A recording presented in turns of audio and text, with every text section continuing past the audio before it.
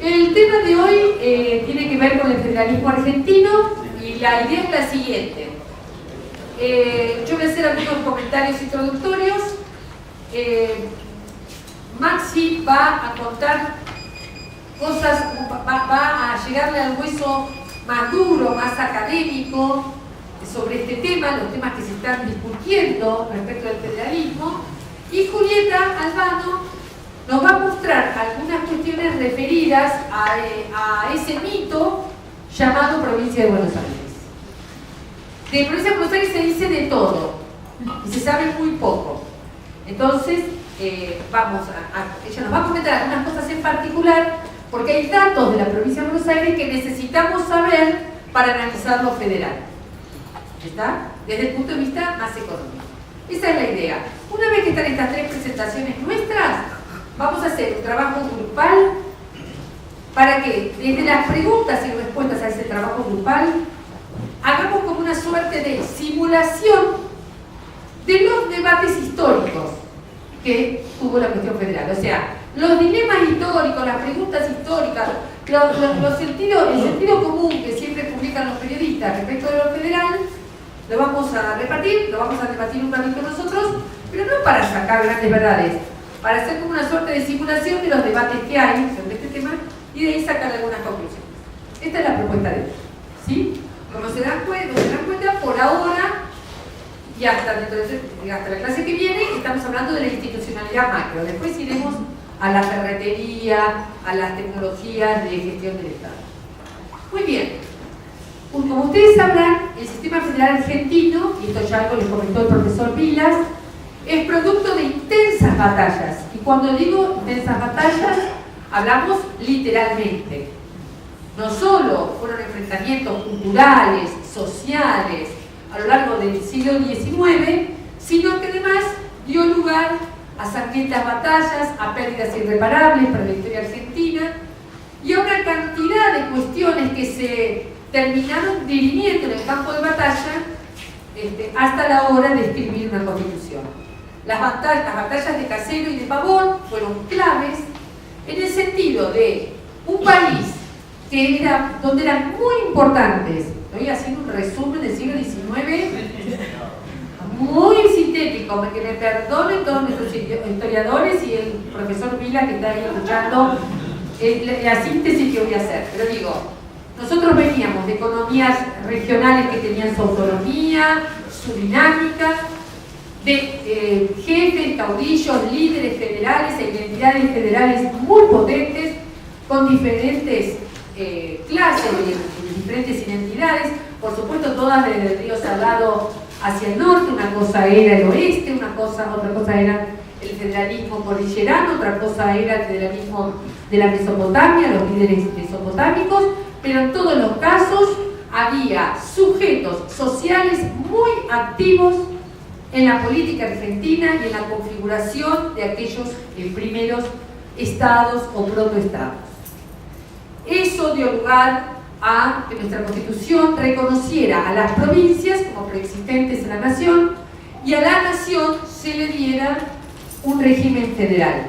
No como concesión graciosa de los unitarios, sino porque necesitaron hacerlo para calmar las aguas y volver a gobernar el sistema. Es decir, de alguna manera, y esto también sigue algunos de los principios que nos comentó Carlos Vilas la vez pasada, de alguna manera hubo una negociación, digámoslo en estos términos, hubo una negociación a lo largo de muchos años que permitió reconocer lo federal como constitutivo de la nación, a pesar de que después en la práctica de los gobiernos de finales del siglo XIX, toda esa práctica institucional fuera unitaria. A pesar de que los gobiernos de Roca, posteriores a los gobiernos de Mitre, de Sarmiento y de Avellaneda, a pesar de toda esa práctica que fue consolidando por vía legal y por vía reglamentaria el unitarismo vencedor, en nuestra Constitución quedaron rastros muy claros de un gobierno federal. Y esto se puede leer con mucha claridad en las bases y puntos de partida de Alberti, en la necesidad de este reconocimiento de lo federal, porque si no resultaba ingobernable el país. Por supuesto que después de Caseros y fundamentalmente después de Pavón, eso permitió que la centralidad del Estado Nacional se hiciera tan protagónico finales del siglo XIX y durante todo el siglo XX. Pero es evidente también que el sistema federal argentino en nada se parece al sistema de gobierno absolutamente unitario de Chile o de Colombia. Tenemos características donde resulta evidente que nuestras provincias tienen autonomía o capacidad o competencias no previstas en los sistemas centralistas clásicos de nuestro continente. Tienen competencias muy importantes. Y esto da lugar, a lo largo del siglo XX, a una cantidad de negociaciones respecto de los impuestos, respecto de las coparticipaciones, respecto de la economía, que ponen a los gobernadores en un lugar donde son quizás personas con poca voz en términos económicos, pero con una potente voz política. Finalmente, cuando en un primer gobierno peronista quizás la idea de lo nacional se hizo relevante, esto no significa que nuestros peronismos adquirieran colores regionales que impregnaran la cultura de cada una de nuestras provincias según sus identidades. Los gobiernos municipales, de hecho, son parte de los capítulos constitucionales de cada provincia, por eso ustedes van a ver la próxima semana cómo los municipios los vamos a tratar de diferentes maneras según en qué provincia estemos. Y esta larga historia conflictiva del federalismo argentino va a dar un federalismo que tiene ciertas reglas institucionales, muchísimas reglamentaciones y en los hechos una enorme complejidad. Porque ese federalismo es un federalismo donde en un mismo territorio conviven los tres niveles de gobierno y va a depender muchas veces de los fierros, de la capacidad que cada uno de estos tres niveles tenga en cada territorio particular, cómo se expresa este federalismo. No es lo mismo vivir en una ciudad cercana a un puerto federal o provincial, o cercana a un parque nacional, o cercana a una agencia del INTA, que una municipalidad que no tiene este tipo de personajes cercanos. No es lo mismo una municipalidad pobre en una provincia pobre y cómo allí funcionan los organismos nacionales en territorio. Es decir, depende de cada territorio qué forma particular adquiere ese federalismo. Mirando cuál es el organismo nacional o cómo esa provincia se mueve y mueve su poder, sus competencias en ese territorio particular. Y no es lo mismo cómo se manifiesta ese federalismo dependiendo también de cómo es el municipio en ese caso. ¿Sí? O sea, en ese entramado federal entran por supuesto también los municipios.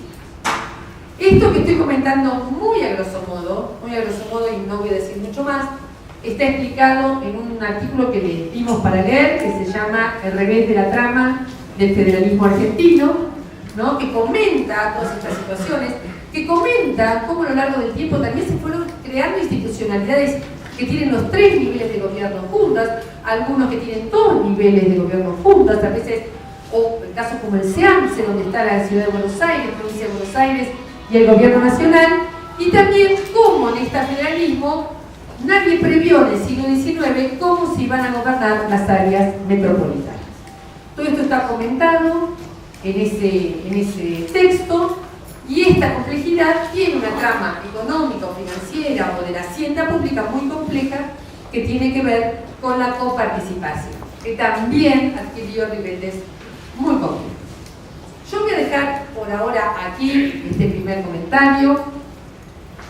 Después vamos a ver, después que comenten Julieta y Maxi, algunos de los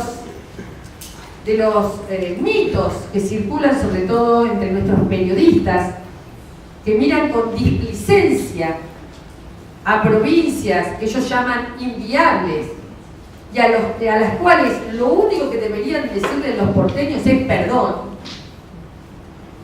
por una cantidad de deudas institucionales y de coparticipación que nosotros tenemos. ¿Cómo el porteño o la centralidad bonaerense y porteña sea de alguna manera mira desde un estado superior lo que pasa en otras provincias, sin reconocer qué rol jugaron en la historia esas provincias, la derrota que sufrieron las economías regionales a lo largo de la historia y cuáles son los pactos que tenemos respecto de esas provincias y que no cumplimos.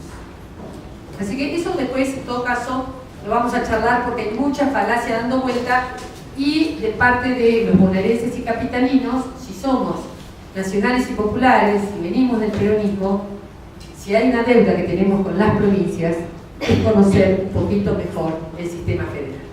Eso es lo primero que tenemos que hacer para poder empezar a hablar. Así que, si les parece, los dejo con Maxi Rey para que él comente algunos aspectos más duros de esta cuestión federal.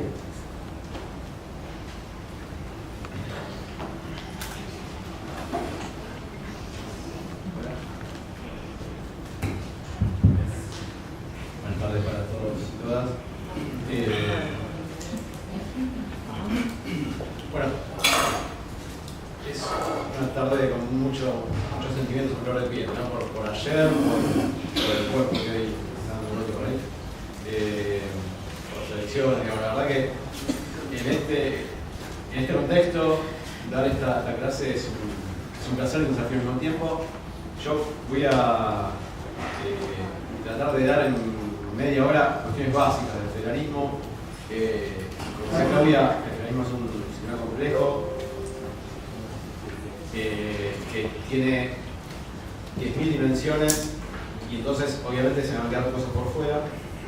Voy a tratar de hablar de las cuestiones que me parecen más relevantes, pero obviamente, bueno, si hay consultas y creo que después hay un mail iremos respondiendo a lo largo de la semana las consultas o incluso los comentarios que ustedes puedan hacer que no sean como preguntas, sino que sean comentarios para debatir. Aclaraciones previas. El federalismo, como bien decía Claudia, y ahora vamos a ver en un segundo, implica en Argentina 3 niveles. Por una cuestión de ser sintético, aquí no voy a hablar de municipios, me voy a repetir solamente de nación, provincias. Y como ustedes saben, en la comisión hemos armado un proyecto de consejos federales, que es una herramienta, un mecanismo de coordinación, un ámbito de encuentro, de diferentes formas, diferentes autores, pero que básicamente se juntan ministros provinciales y nacionales. En la comisión hicimos un proyecto, nos parece muy interesante. En aras de ser sintético, no voy a decir mucho, de hecho no hay ninguna filmina frente a los consejos federales, en todo caso también lo podemos hablar después. Sí, perdón Maxi, y en la página está la propuesta de fortalecimiento de la figura de los consejos federales, así que está ya para que ustedes lo puedan leer. Entonces, empecemos, Claudia medio ya lo comentaba, ¿qué es el federalismo?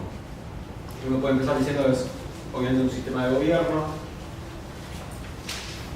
Hay aquí algunos expertos en el tema, y de ya le pido perdón a Carlos Vilas y como decía Claudia, pido perdón de delante, a Carlos y Horacio, que bueno, Horacio, y hay un autor, Horacio Silva Mudo, que dice que hay algo así como... Horacio Cabo, para los que no lo conocen. Que tendría que estar acá arriba y no sé por qué está, que dice que hay 230 y pico de imágenes, metáforas sobre el federalismo. Uno puede decir que hay un federalismo, que hay muchas formas de caracterizar el federalismo. El federalismo dual, el coordinado, que es lo que vamos a ver, como proceso, como variable, sociológico, institucional. Digamos, hay 800.000 imágenes del federalismo.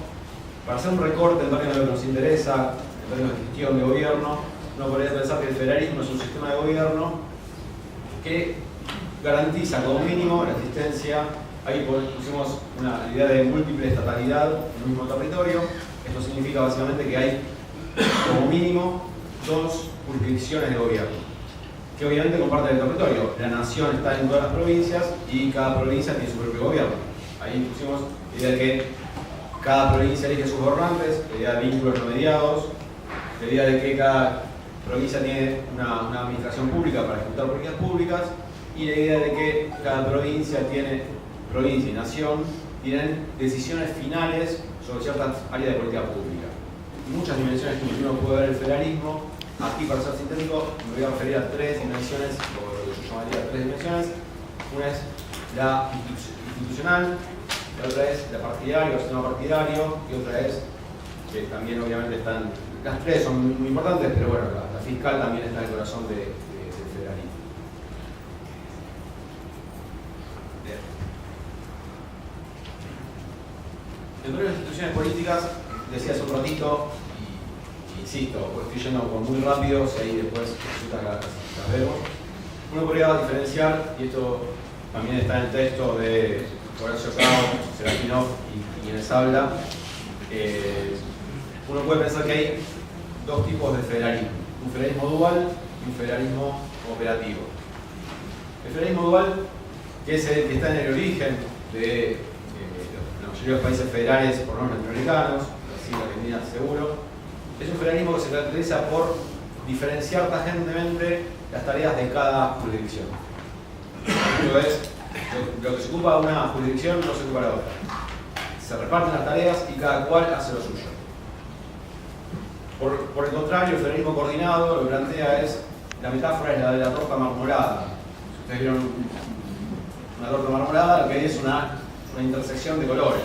Bueno, la idea del federalismo coordinado lo que plantea es que no hay tareas en las cuales no estén las dos jurisdicciones, sino que, y esto no significa que haya uno u otro. Por general, el federalismo coordinado es de este siglo, los sistemas políticos, en la medida en que los estados van adquiriendo más competencias, van mezclando a las dos jurisdicciones, lo cual no significa que no siga habiendo partes características del federalismo dual.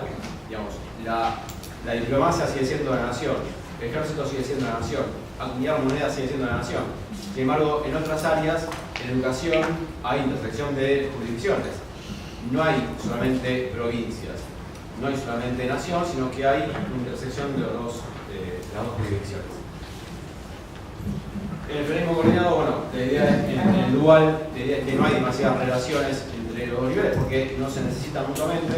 En el federalismo coordinado, en el federalismo coordinado lo que hay es la idea justamente de cómo articular a las dos jurisdicciones. Y aquí obviamente hay diferentes formas de articularlas. Una es jerárquica, la otra es lo que diríamos por redes, una la que está en el medio, que es la coordinación, implica ciertos mecanismos institucionales de coordinación. Lo que digo hasta aquí es parte de la conceptualización del federalismo. Pensando en Argentina, bueno, todos sabemos, en Argentina las provincias conservan todo el poder no delegado, estos son justamente lo que decía Claudia recién. Hay un consenso en todos los estudiosos de esto en que las potestades de provincias centralmente pasan por lo político y las potestades de nación centralmente pasan por lo económico. Si uno quisiera poner esto en términos de relaciones de fuerzas, los recursos del poder de las provincias están más asentados, más anclados en la dimensión política, las de nación están más asentados en la cuestión económica. Si bien esto es una pintura bastante rústica, como veremos después cuando veamos la cuestión de la coparticipación, esto está más matizado, ¿no? Pero en todo caso lo que estoy diciendo es que obviamente a las provincias le corresponden varias cuestiones, pues bueno, está en la definición propia de federalismo, ¿no? Si no están mediadas, si es un vínculo no mediado, obviamente eligen sus propios gobernantes, tienen su propio poder judicial, tienen su propio Senado y sus propias cámaras legislativas. Estos son características propias de las provincias en un sistema federal. Como decía Claudia, el federalismo nace en Argentina de una serie de pujas entre las provincias. Lo que se suele decir, a diferencia tal vez de otros federalismos, en Argentina la puja en el siglo XIX estuvo entre dos grandes grupos de provincias, dos grandes bloques de provincias, las provincias más vinculadas con el litoral, las provincias andinas. Cuando se consolida el federalismo en el siglo XX, se empieza a ver que la puja de poder está más asentada en la relación nación-provincias, si bien esto no significa que no haya tensiones entre las provincias. Obviamente que sigue habiendo tensiones entre las provincias, hay varias disputas en la Corte Suprema de Justicia entre provincias, con Mendoza, La Pampa, por cuestiones de río, por cuestiones ambientales, pero uno diría que el clivaje que empieza a operar más fuertemente en el siglo XX tiene que ver con nación-provincias. Y en términos históricos se suele decir que en Argentina hubo un federalismo centralizado, aunque con péndulos, hubo gobiernos que descentralizaban un poco más que otros, hasta por lo menos la vuelta a la democracia.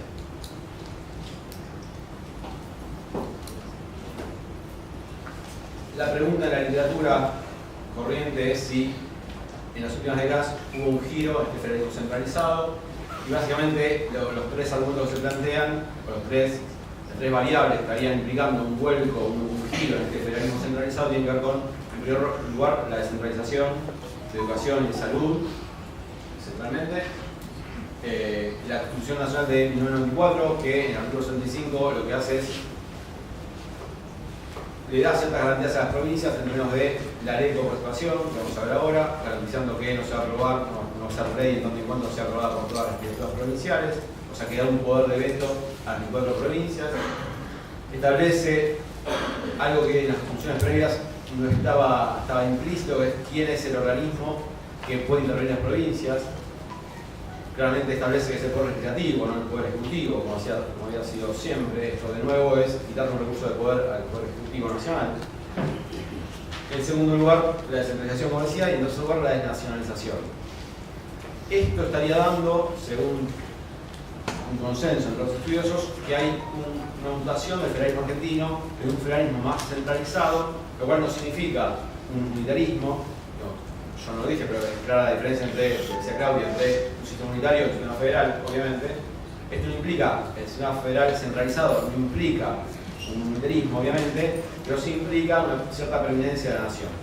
Lo que está hoy en día conjeturándose es que el federalismo girado ha dado un vuelco desde la vuelta de la democracia por estos factores. De la desnacionalización, estoy hablando de desnacionalización partidaria, y es la siguiente dimensión que yo quería tocar. Es la dimensión del sistema partidario. Sí, perdón. ¿Qué es la nacionalización? Pero básicamente hay un montón de literatura sobre esto. Básicamente, nacionalización implica que, y es interesante a la hora de establecer mecanismos de articulación entre naciones y provincias, ahí es una definición medio rebuscada, pero nacionalización significa que hay una correspondencia en el sistema partidario entre nación y provincias. Básicamente que tanto lo que la ciudadanía, los electores votan, como lo que las élites partidarias, o sea, la dirigencia partidaria construye a través de organizaciones políticas, es similar en nación y en provincias.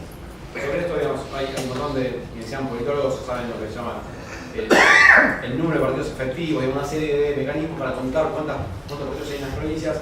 No es interesante para nosotros, pero lo que estoy diciendo es que nación y provincias tienen un sistema partidario parecido.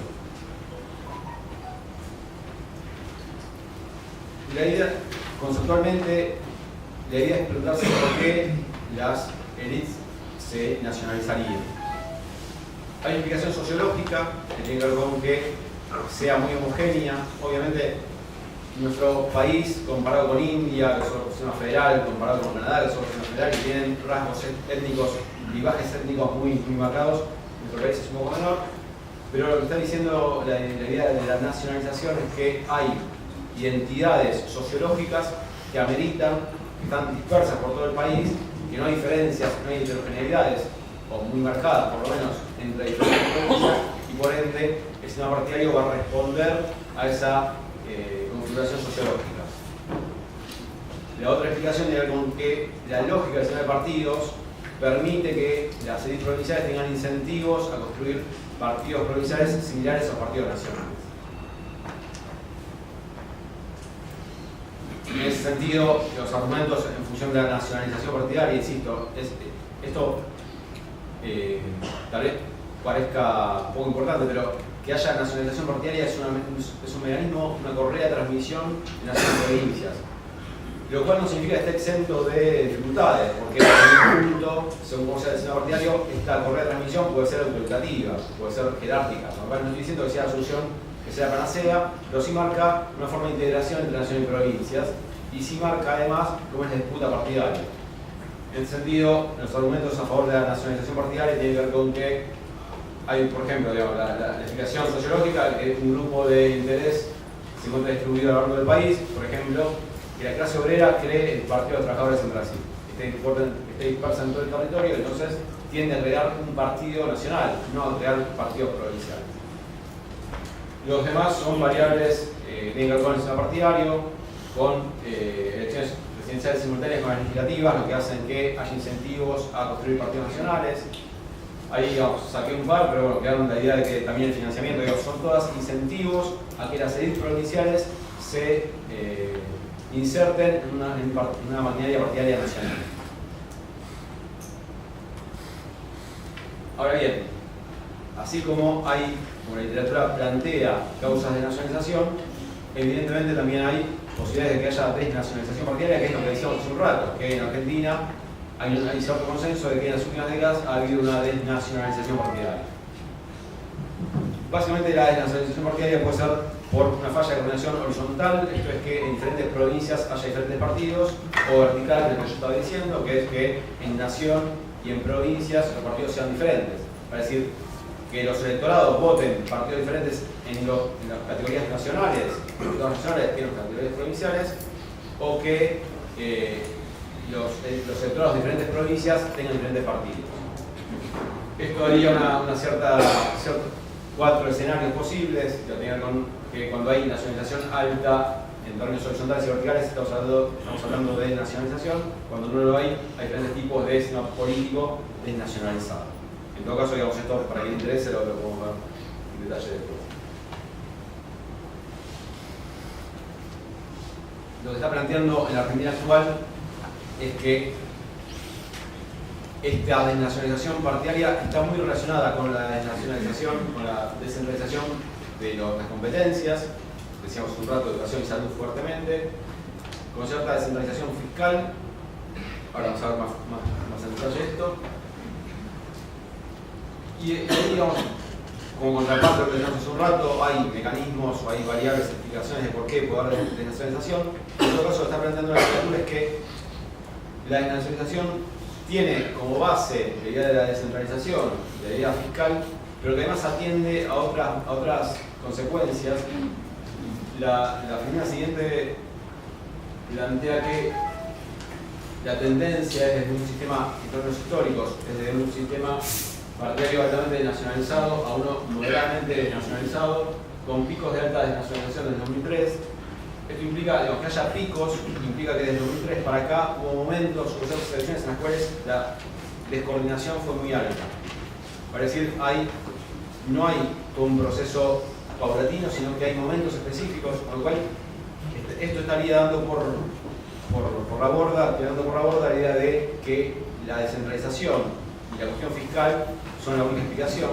Y hay otra explicación que algunos autores tienen que ver con un factor exógeno, con la devaluación de las etiquetas partidarias, parece con que hay cierta defraudación de los electorados con las etiquetas nacionales. Sobre esto también hay mucho escrito sobre la idea de crisis de la representatividad.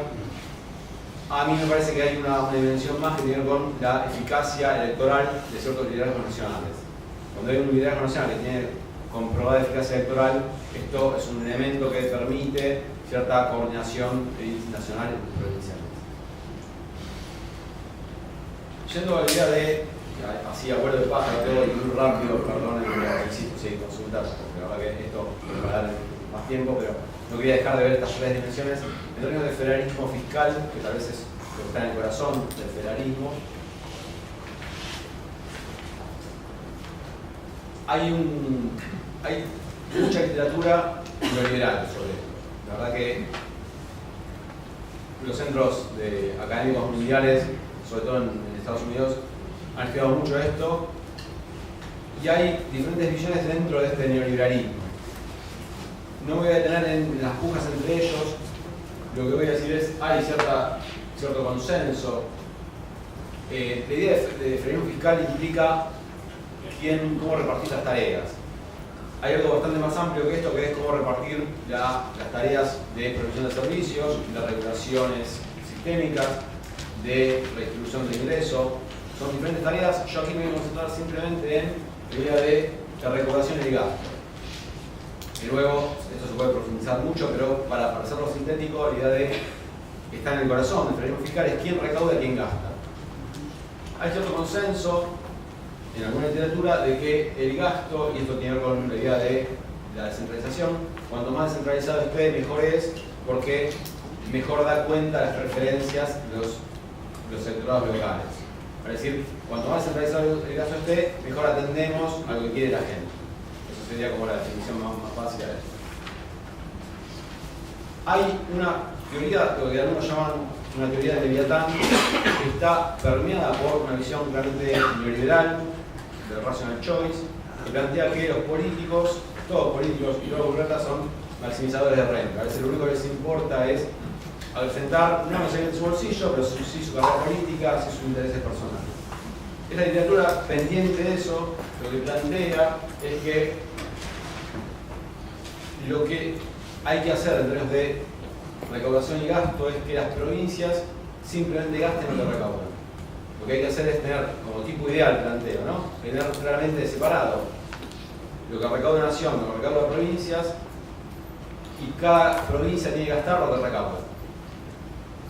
Esto permitiría, y esto es parte de la vulgata neoliberal todo el tiempo, hacer que las provincias no pidan a la nación, no busquen en la nación una ayuda cuando las provincias gastan de más.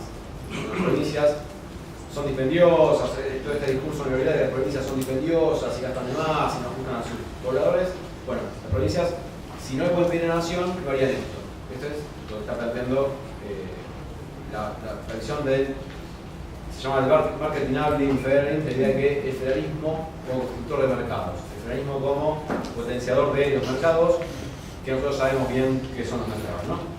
Entonces, lo que estoy diciendo es, el neoliberalismo plantea en ese sentido la idea de que el mejor escenario es separación de gastos y de recaudación de nación y provincias, y que cada provincia gaste lo que le recauda.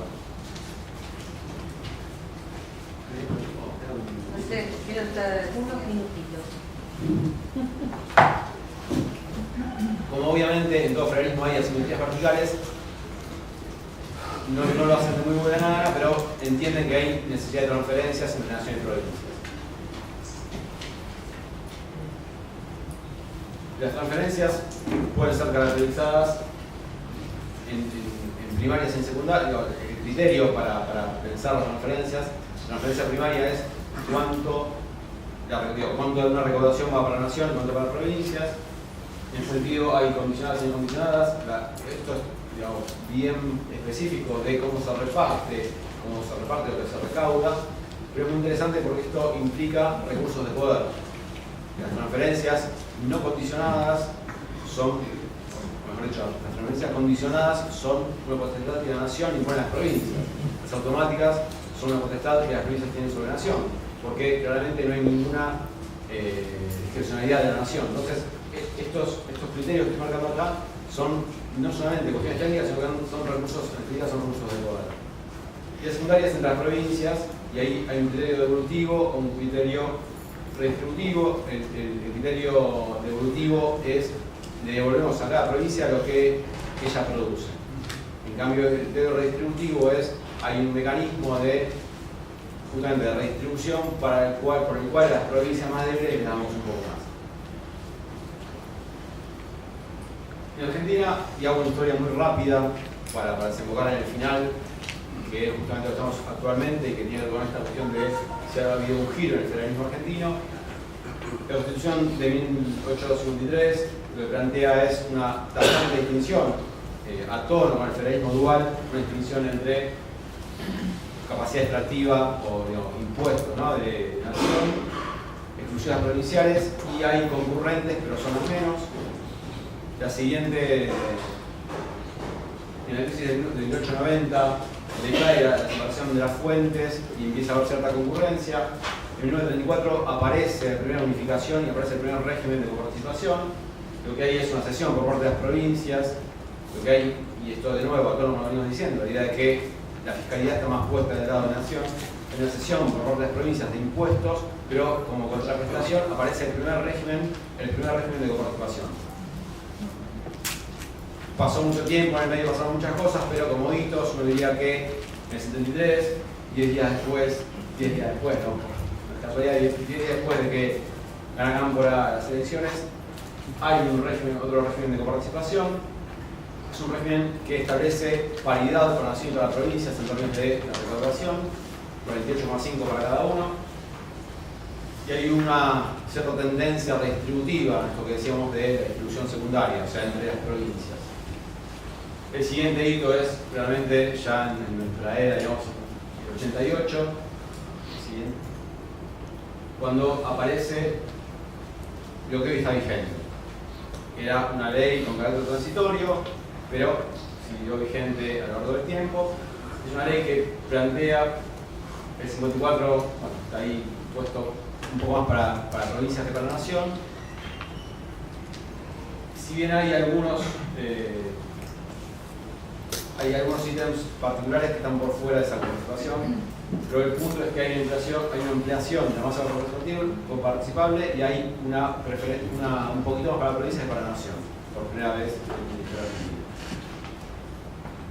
Ahora bien, retroceder un segundo, por favor.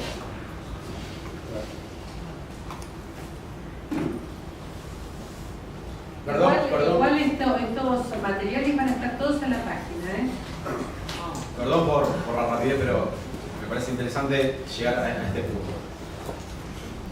Estamos en el 88 cuando hay una ley de cooperación que era transitoria, era por un año, se mantiene justamente por lo que habíamos dicho con la Constitución, de que la Constitución lo que da es hace que cada provincia sea un jugador de veto, o sea, si no está de acuerdo con las provincias no se puede modificar, eso hace muy difícil modificar esta ley. El punto es que en los 90 empieza un proceso de desdibujamiento de la coparticipación federal. Un punto muy fuerte que tiene que ver con esto tiene que ver con la descentralización. La descentralización, como se dice habitualmente, se transfirieron las competencias, educación y salud, pero los fondos, no es que no se transfirieron fondos, en realidad los fondos que se transfirieron para estos sectores de política fueron detraídos de la coparticipación, con lo cual en realidad no se dieron fondos a las provincias, o sea que ese 53% que era para las provincias se empezó a cortar. Los pactos fiscales de 1992 y 1993 también avanzan en producir la carga fiscal de las provincias, y ahí lo que hay es de nuevo una detracción del 15% de la coparticipación de las provincias en términos del sistema previsional. Esto que está marcando, y estos fueron dos ejemplos nada más, pero durante ese tiempo hay varios pactos fiscales, lo que hacen es detraer las provincias. Y no solamente detraer las provincias, sino que además romper ese corpus, uno puede estar un poco más a favor, un poco más en contra, pero es un corpus sistemático de transferencia de recursos, y lo que hacen es generar 1000 fondos específicos que se discuten ad hoc en relaciones bilaterales. Esto da como consecuencia lo que se llama como federalismo ejecutivo, para decir un federalismo en el cual se negocia mano a mano, nación con cada provincia, ciertos fondos que están por fuera de las transferencias automáticas que es la coparticipación. Lo que lo dije, coparticipación es automática. Nación recauda y así como recauda, transfiere a las provincias por la fórmula que está establecido, 53 y 47 habíamos visto, y la redistribución secundaria es lo mismo. Entonces, esa automaticidad se pierde cuando llegamos a esta figura muy conocida que es el laberinto fiscal. Hay 1000 fondos y estos se negocian cara a cara entre nación y cada provincia en particular. A esto lo llamamos federalismo ejecutivo, a algunos les gusta un poco más, a algunos les gusta un poco menos. ¿Qué pasa en 2000? Bueno, ya pasé muy rápido en el gobierno de la Alianza, hay otros dos pactos fiscales, intentan ya para 2000, obviamente, la deuda de las provincias será muy fuerte. En los pactos fiscales lo que se plantea es, con muchas provincias privatizan sus bancos, al no tener el banco provincial, no tienen redescuento del Banco Nación, con lo cual empiezan a endeudarse. El mecanismo de sostener las provincias ya no es más apelando al sistema bancario, sino que es endeudándose.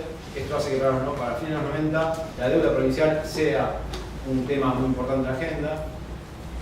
En el gobierno de la Alianza se intenta empezar un salvataje con las provincias, fallan. Los pactos fiscales también son bastante cumplidos en los 90. Pero en los 2000 esto es peor, el gobierno de la Alianza, esto es, el contexto habilitaba que nadie cumpla nada, y la deuda de las provincias queda como una de las pesadas herencias de ese momento realmente. Lo que hay en los 2000 hay varias medidas para solucionar la deuda de las provincias. Una de las cuestiones más importantes tiene que ver con un intento de nuevo sistematizar, tratando de volver a un sistema, un conjunto coherente de gasto y de recaudación. Ese intento implica tres cuestiones centrales, o dos cuestiones centrales. Una es la gestión del gasto, la otra es la gestión del endeudamiento, la idea de que el gasto no puede ser más allá del crecimiento del PBI provincial. Esto, en términos de puja de poder, es una constricción a las provincias. Y la gestión del endeudamiento, la idea de que no podían las provincias endeudarse más allá del 15% de sus recursos corrientes. Esto también no es cumplido del todo, hay provincias que cumplen, hay provincias, esto es voluntario, los acuerdos son voluntarios, hay provincias que lo firman, hay provincias que no. Podría ser todo un debate sobre por qué algunas la firman, otros no, pero en todo caso lo que hay es un intento, no del todo exitoso, de volver a cierta sistematicidad. En definitiva, para ir concluyendo, lo que hay es una predominancia de un régimen fiscal fragmentado, porque ese intento que veíamos en el 2004, 2006, es un intento que por múltiples cuestiones no es del todo exitoso. Un esquema discrecional que se da en términos bilaterales y por ende, justamente porque en términos bilaterales no hay una fórmula que plantee quién se lleva qué, sino que tiene que ver con negociaciones puntuales, hay una gran volatilidad en términos de qué se lleva cada provincia. Esto lo que acentúa son las disparidades regionales. Hay algunos ejemplos de negociaciones en donde quien pone un redactor de la ley se lleva más cosas. Aquí hay mucho de federalismo discutivo, de relaciones bilaterales que son ad hoc y que en algún punto fortalecen esta volatilidad entre diferentes provincias. Dicho esto, y para cerrar un segundito, si ustedes pudieron llegar a ver el texto de Alice Benton que habíamos puesto también, lo que ahí plantea ella es que, no sé si me adelanto seguro que vas a decir al final. No, dale, no.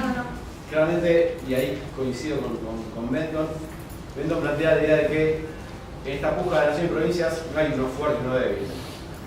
En este sistema coordinado, en este intento de coordinación, en realidad, provincias son fuertes, por lo que decíamos hace un rato, porque tienen recursos políticos. Perdón, me olvidé de dije rápido, pero está implícito. Que los diputados se elijan, son diputados nacionales, pero se elijan por jurisdicciones.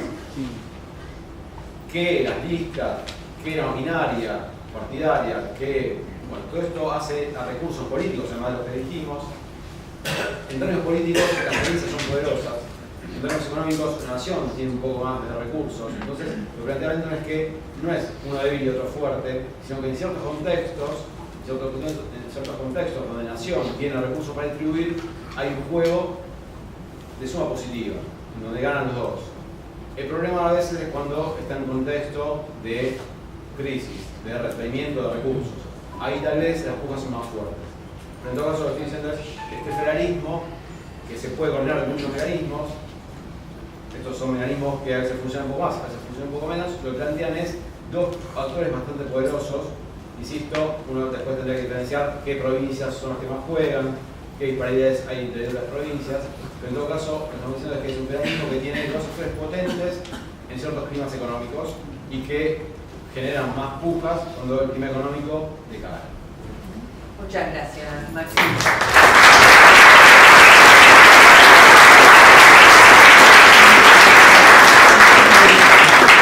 Tenemos tres ventajas, porque es un tema que ya habrán visto. Esa apenas es una hoja de ruta. Tres ventajas. Pablo nos va a subir el power. Horacio Cao y Maximiliano Rey, que son personas de las que más saben sobre el federalismo en Argentina, son parte de la comisión, están acá presentes y les vamos a poder seguir preguntando. Yo solo agrego lo que dijo Maxi, algo que capaz por obvio no lo dijimos, y cuando recién me enteré que tenemos un participante de 18 años, digo, no tengo por obvias algunas cosas. Nuestro federalismo es un federalismo que está representado por el Senado de la Nación. ¿No es cierto? Con la reforma del 94 ustedes saben que pasaron de ser 2 senadores a 3, pero básicamente las leyes nacionales tienen la voz de las provincias por la voz del Senado. Y yo no sé qué práctica tienen ustedes con los senadores, pero mi práctica, tanto como diputada, ustedes saben que los diputados se eligen por el pueblo de cada una de las provincias y los senadores por el gobierno de cada una de esas provincias. El senador provincial es una figura muy importante por este rol que tiene a la hora de jugar leyes en el Senado de la Nación.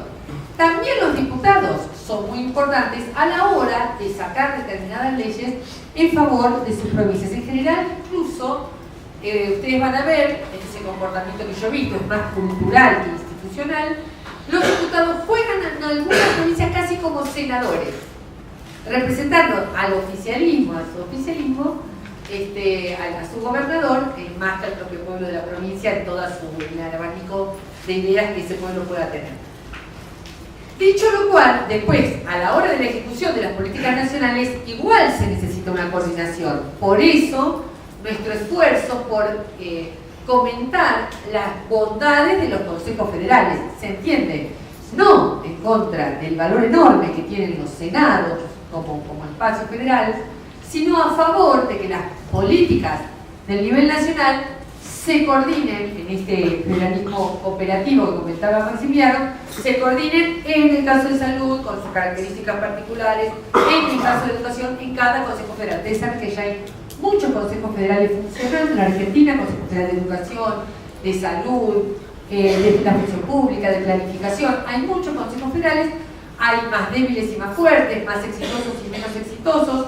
El primero, ya dijo hace tiempo, creado por ley, el Consejo Federal de Inversiones, tiene algunas características que ha hecho que se haya burocratizado demasiado y que las provincias ya casi que no le dan tanta importancia, pero en su momento en el desarrollismo tuvo mucha importancia. Es interesante seguir la historia del Consejo Federal de Inversiones, pero insistimos. Ni Maxi ni yo habíamos nombrado los senados como este poder institucional o político, ¿no? De la dimensión política que comentaba Maxi, y se ve cuando uno va a las provincias y cuando llega el senador o la senadora de esa provincia y la capacidad que tiene y cómo tiene que tener esa capacidad para negociar con nación y cuál sería el rol más de coordinación, más programática de los consejos federales, ¿se entiende? No es que por una cosa queremos suplantar la otra. Y aclarando esta dimensión institucional tan importante de nuestro federalismo, luego el federalismo fiscal, pobre Maxi, en su apuro, dice muy rápido algo que digo, a ver, quedémonos en la tercera o cuarta tribuna anterior, donde que quede claro que la coparticipación es una cesión de potestades impositivas. Entonces, si es cesión de potestades impositivas de la provincia, después no puede venir el ministro de Economía a levantar el dedito acerca de cómo tiene que gastarse o no tiene que gastarse ese dinero, ese recurso del pacto fiscal. El pacto fiscal es muy complejo porque nace de esta cesión y después parece que la nación se arroga la potestad de decir cómo hay que hacer con eso, ¿no? Siempre mirando con el ceño fruncido las economías regionales o los gastos provinciales, cuando en realidad después hay un modelo de país, un modelo económico que deja por el suelo las economías regionales, ¿se entiende? Y los mismos que dejan por el suelo las economías regionales levantan el dedito acusador respecto del orden fiscal de esas provincias. ¿Está? Entonces cuando a mí, como especialista del Estado, me dicen, hey, pero fíjate, el índice de empleados públicos por cada 1000 habitantes de tal provincia, ¿de cuál otra? ¿Y qué querés? ¿Y qué querés? Por supuesto que el Estado, la administración pública, se va a convertir en un espacio de búsqueda de trabajo si no hay una economía regional potente. ¿Qué pretendés? No es que los provincianos o estas provincias son personas que no saben cómo hacer una potente economía regional. Tienen restricciones, a veces impuestas por la propia nación, que después la señala con el dedo diciéndoles, miren cuántos empleados públicos que tienen. Perdón, pero quería agregar algunas de estas cosas porque hay algunas falacias que nosotros también repetimos. Así que quería acentuar el hecho de que la coparticipación es una cesión de competencias impositivas de las provincias a la nación. Todo lo demás se lo vamos a poder preguntar a Horacio Grau, a Maximiliano Rey, también a Alejandro Otero, que a veces nos visita en la comisión. Y lo que importaba, o lo que más importaba para nosotros, era que hoy tuvieran un panorama de lo complejo que es. El estrés de Maxi de hacerlo tan rápido es porque es muy complejo este tema y tomar conciencia de lo poco que sabemos del tema federal o de cómo simplificamos nosotros este tema. Y le vamos a poner una pequeña pequeña cuota de la provincia de Buenos Aires, tanto para ver que esa provincia que se muestra orgullosamente ahora desde su gobernadora tiene algunos trapitos que no quiere mostrar. Hola a todos, ¿escucha bien? Sí. Julieta Albano va a hablar con ustedes. ¿Qué tal? Bueno, lo mío va a ser un poco más técnico, voy a tratar de, y más aburrido, así que voy a tratar de ser un poquito más didáctica. Hice algunos gráficos. No tengo bibliografía recomendada porque, bueno, lo que yo hago es bajar las ejecuciones presupuestarias de contabilidad de la provincia, en el trabajo de recaudación, es lo que hago en la diaria. Y, bueno, mi idea de hoy es mostrar un poco la idea de que quiero, o sea, que ustedes se vayan con esto hoy en mi exposición, es un problema de deficiencia crónica de ingresos que viene teniendo la provincia, por un problema que es discriminada en contra de todo lo que es la distribución de recursos de origen nacional. ¿Vieron todo este grafiquito que lo vieron en la filmina de Maxi? La recaudación de cada impuesto a la provincia de Buenos Aires, primero se genera una masa de recursos coparticipables y eso es redistribuido a determinadas provincias bajo el régimen de coparticipación de impuestos. Bueno, esa es la primera parte de la clase, quiero mostrar un poco la deficiencia crónica de ingresos. Y la segunda, vamos a hacer análisis de coyuntura de las reglas fiscales, porque en poco tiempo se ha cambiado la estructura de la conducción del gasto y de los ingresos de la provincia. Bueno, primera parte, por eso dice el 1, es la primera parte de la clase, toda la primera parte de la filmina. Vamos a ver cuál es la relevancia de la provincia de Buenos Aires en el total del país. Fíjense que la provincia de Buenos Aires, vamos a ver las barras azules, genera el 48% del producto industrial, el 41% del empleo, el 28% de la población, tiene el 35% de los hogares con al menos un indicador de necesidad básica, el 34%, después tiene el 34% de la pobreza según el pH, genera el 33% del producto y el 32% de las exportaciones. En más o menos, estas son mis mediciones. El tema es que la provincia recibe por transferencias nacionales, por coparticipación federal de impuestos y por leyes especiales, solo el 18%. O sea, en 2016 solo recibió el 18% de lo que recibieron todas las provincias de nuestro país. Con lo cual, estamos yendo en contra de un criterio tanto devolutivo como redistributivo.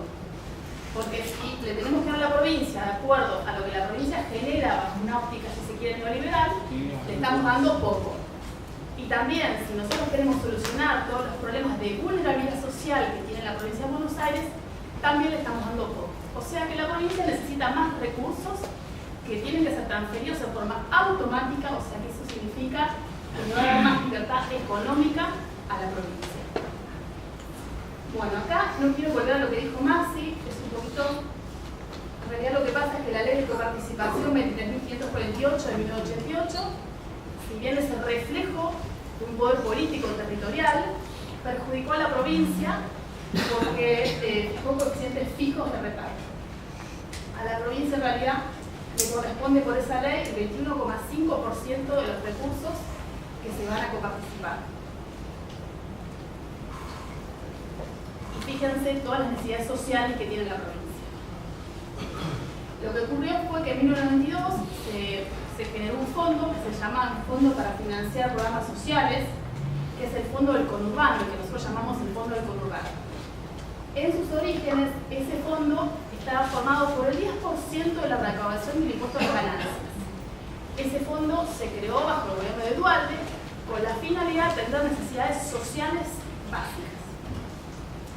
¿Qué pasó? También como reflejo de las políticas de la época, en 1996 lo que ocurrió fue que ese fondo se fija y en vez de darle a la provincia el 10% de la recaudación del impuesto a las ganancias, solamente se decide darle, o sea, ponerle un tope de 650 millones de pesos.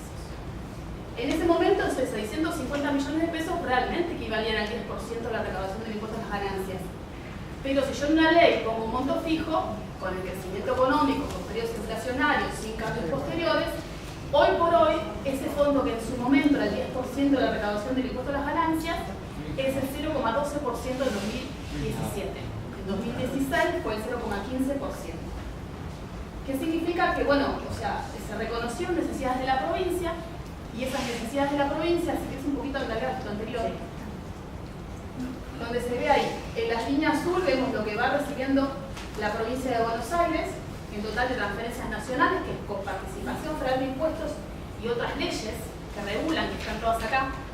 Esto surge automáticamente, digamos, cuando uno empieza a aplicar los coeficientes, uno ve cuánto va a recibir cada provincia, es automática, o sea, no es a dedo por el gobernador, por el gobierno nacional. Y ahí vemos en la línea negra cómo va cayendo la parte que recibe la provincia de Buenos Aires. En 1996 el fondo del conurbano equivalía al 50% del gasto de capital de la provincia y en 2016 esa participación cae al 2,4%. O sea que pierde significatividad. Ahí vemos cuál es la respuesta de la provincia de Buenos Aires ante este problema. Fíjense, la línea gris es la participación de todo lo que recibe la provincia de Buenos Aires de origen nacional, que como decía Claudio, es algo que le pertenece, o sea, cede la potestad de recaudación, pero son ingresos que le pertenecen, o sea, lo gris es todo lo que recibe bajo transferencias nacionales. Y en azul vemos cómo la provincia se fue defendiendo, aumentando todo lo que nosotros llamamos los ingresos tributarios de origen provincial. En azul vemos todo lo que es ingresos brutos, automotores, inmobiliario, sellos, transmisión gratuita de bienes.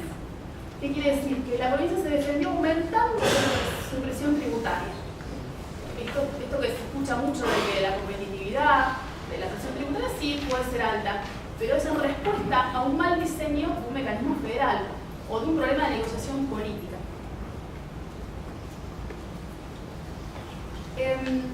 Esto también hace que, como regularidad de largo plazo, al recibir pocas transferencias nacionales, la provincia se fue defendiendo y fue aumentando lo que es la recaudación de ingresos brutos y bajando todo lo que es la recaudación de los impuestos vinculados al patrimonio.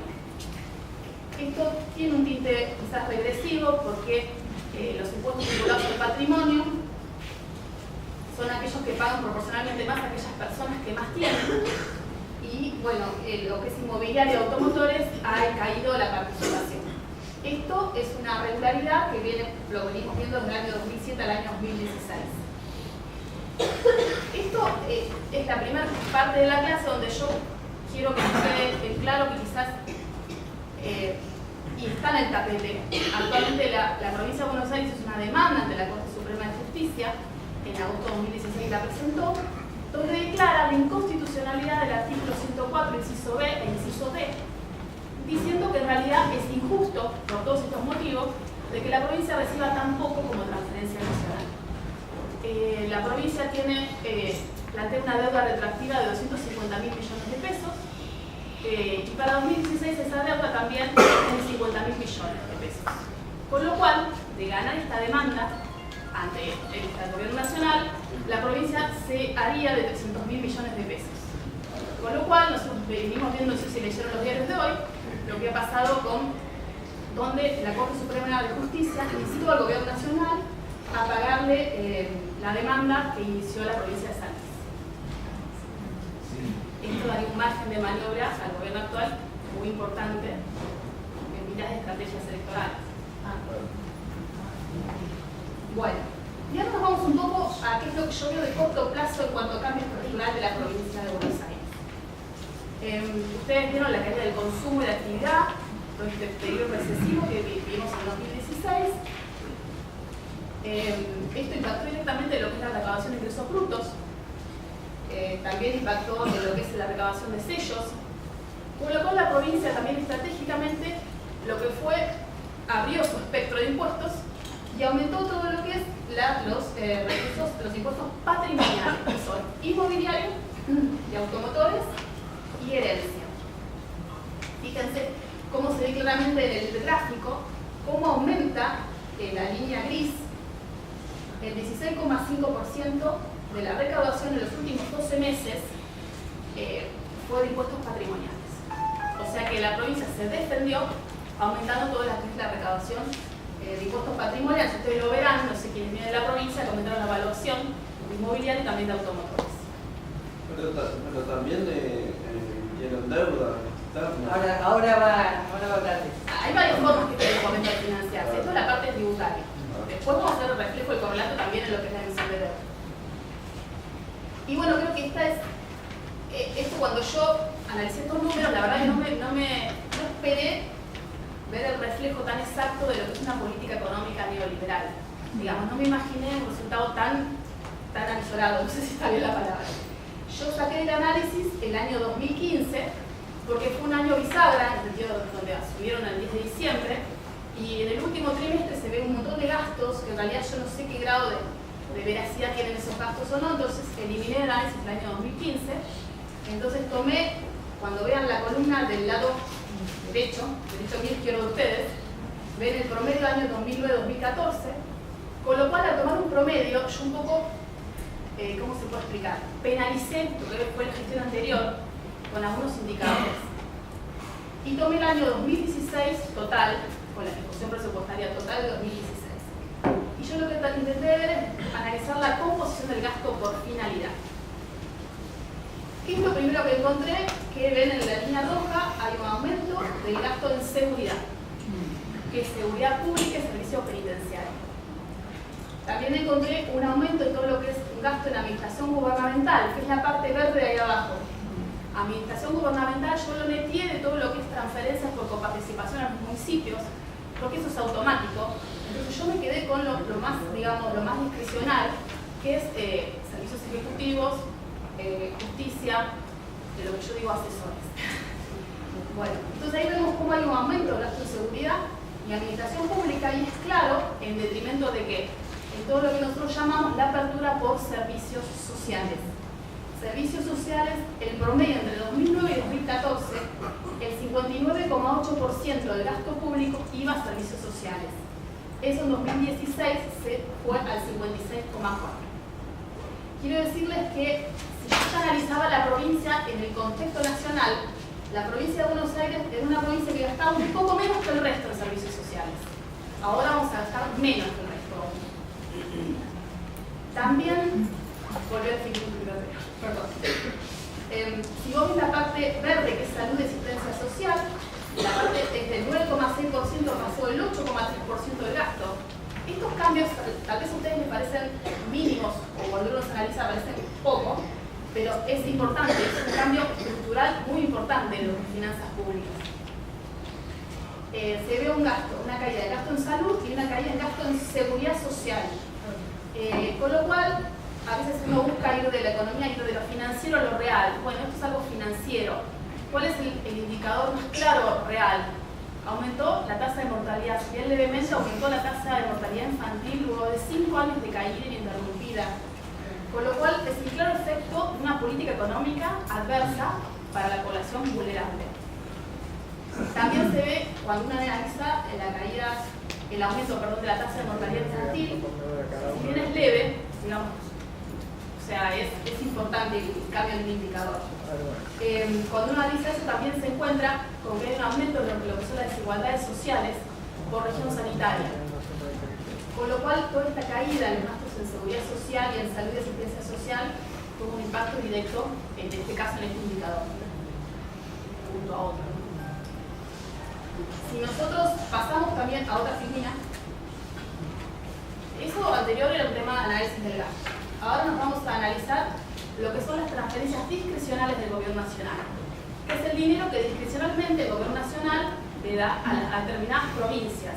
En este caso, vamos a analizar lo que a mí me respecta, lo que son las transferencias discrecionales al gobierno nacional.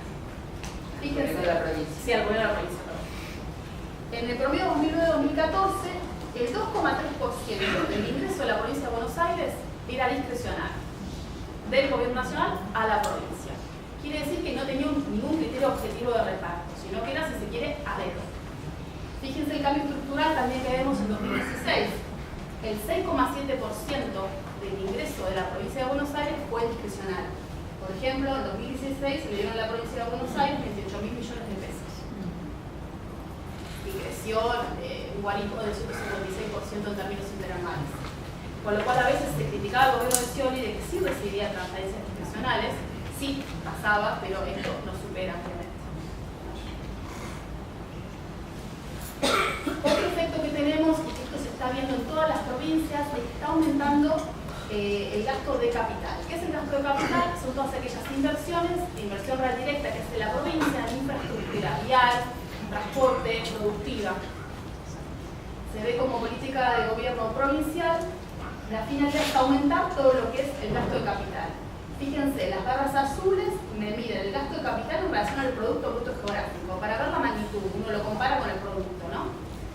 Y se ve claramente que, por ejemplo, en 2014 el 3,7% del producto iba para gasto de capital y donde en 2016 y 2017 se presupuestó un 8,4%. Perdón, ¿qué abarca el gasto de capital? Todo lo que es inversión en infraestructura, todo lo que vemos de rutas y caminos.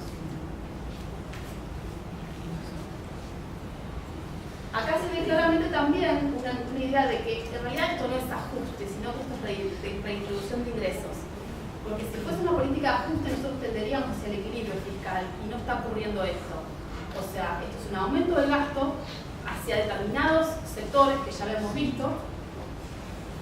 Estamos generando los déficits aumentados en 2015, 2016 y 2017 con alto déficit. Quiero también decir que la provincia de Buenos Aires no necesariamente es la provincia que tiene mayor nómina de personal, como recién decíamos con Claudia, sino que la provincia de Buenos Aires tiene menos empleados públicos cada 1.000 habitantes que el consolidado provincial. Nacional. La provincia de Buenos Aires tiene 41 empleados cada 1.000 habitantes y consolidado nacional tiene 51 empleados cada 1.000 habitantes. El gasto de personal a sí mismo dentro del presupuesto tampoco es un gasto,